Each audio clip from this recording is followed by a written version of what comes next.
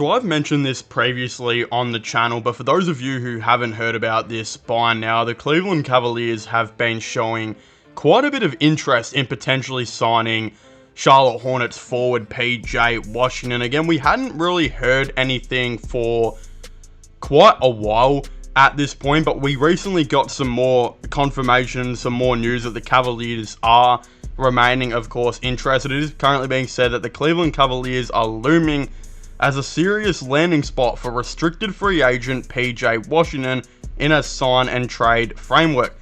According to Jake Weinbach, Charlotte has reportedly been unwilling to offer PJ Washington a long-term deal and are open for discussions regarding the versatile forward.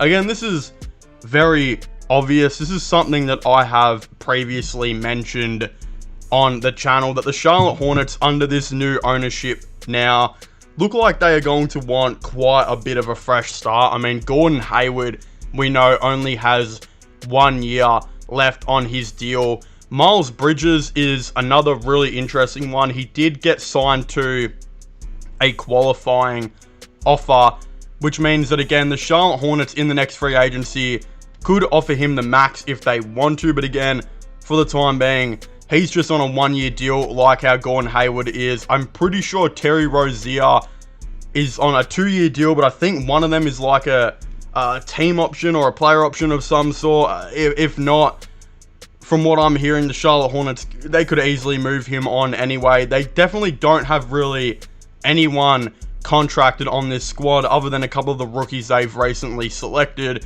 and of course LaMelo Ball.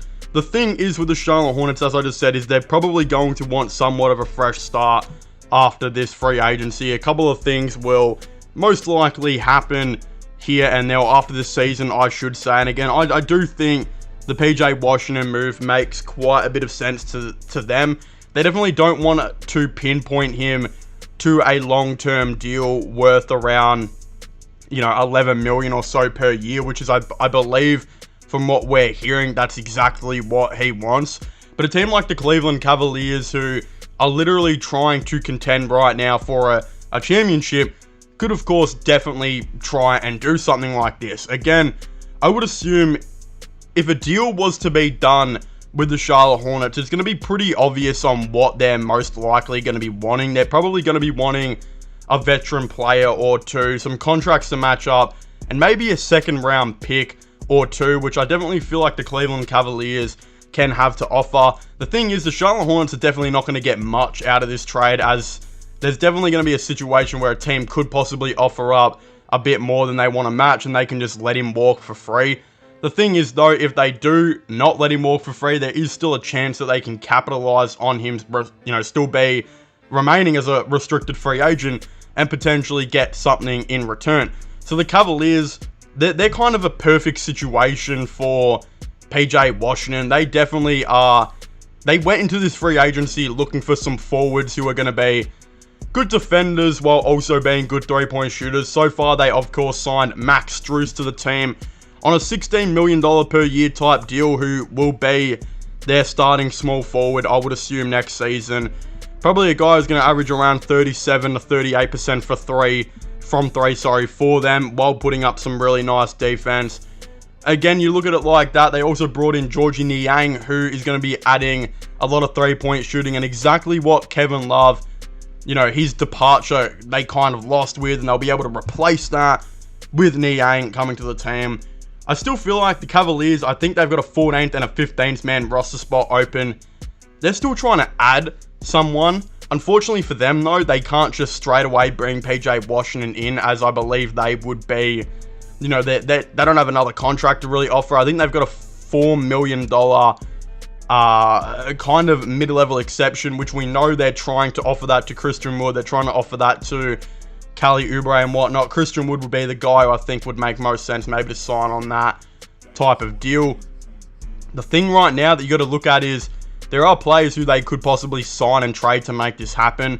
We know, unfortunately, Ricky Rubio has stepped away from the team to focus more on his mental health. After all, he has been playing pro basketball for like 19 years or something of his life. Something crazy. I think it's actually like 16, but it's something absolutely ridiculous. If I was honestly the Charlotte Hornets, I would legitimately be trying to bring in Ricky Rubio. I know that the Cavaliers probably won't trade him, and they still do expect him to be their backup point guard for next season. But if I was the Charlotte Hornets, Ricky Rubio would be that type of guy who would make a lot of sense for their team. A veteran who can come in and help a bunch of the younger players that they've got now. A guy who can genuinely be a solid backup to LaMelo Ball, who can obviously progress his career as well. It only does make sense to maybe look at Ricky Rubio as a guy who you potentially, of course, do want to sign. And again, if I was them, I would look at Dean Wade. Dean Wade hasn't done much for the Cavaliers in this last season, but was pretty good in the season before. He's another guy who I just feel like needs to take that step forward. He just hasn't done it in so long now. And it just, I would assume on a team like the Charlotte Hornets with a playmaker like LaMelo, could definitely still happen. My theory is, if I was the Charlotte Hornets, if the Cavaliers offered me Ricky Rubio, Dean Wade, and 2 second-round picks, you'd 100% be getting that deal done. If I got Dean Wade and 2 second-round picks by the Charlotte Hornets, I'd still probably do that, because at least you're getting something back for a guy who you clearly don't want there long-term. You get a tradable contract in Dean Wade, who's only around like $6 million, and you get some second-round picks. Again, only Dean Wade doesn't really match up with the contracts. That's why I think Ricky Rubio might have to be in there. But again, if you're the Cavaliers, you definitely fix one problem by doing this trade. You might still have another problem, though, as you might not necessarily have a backup point guard.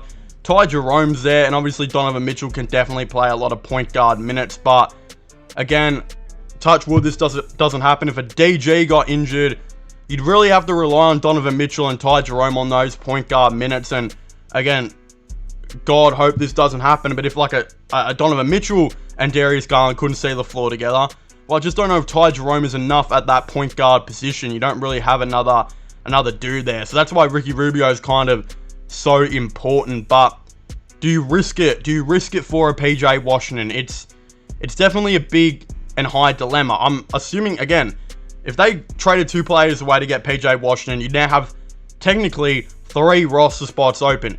You could try and get Christian Wood with one of them, but I'm sure there's still a point guard out there that could maybe be somewhat serviceable to this team.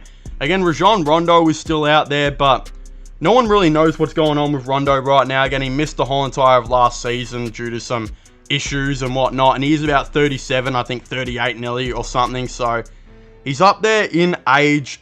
But again, I'm sure the Cavaliers, if they did this, could somewhat find a veteran backup point guard to help out. But none of them are going to be anywhere near as good as having a Ricky Rubio off that bench. So there's definitely a lot of issues there. I'm not sure how this is going to plan out.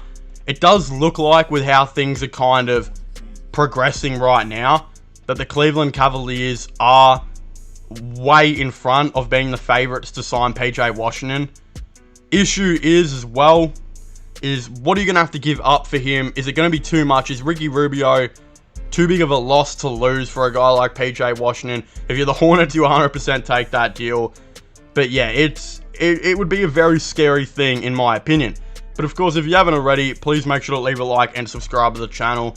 Comment your thoughts and opinions down below. What do you guys think the Cleveland Cavaliers should be doing this in the next couple weeks or so? Should they go out and get a dude like PJ Washington? Should they go out and get a guy like Christian Wood? Who should they be bringing into this Cavaliers team? Of course, I would very much like to know. Of course, don't forget to subscribe to my gaming channel and my IRL/vlogging channels, which will all be linked in the description down below. Check out my podcast as well if you haven't already. Links for them down below. But as I was saying, please make sure to leave a like, subscribe, and comment. And I'll see you guys next time. Goodbye.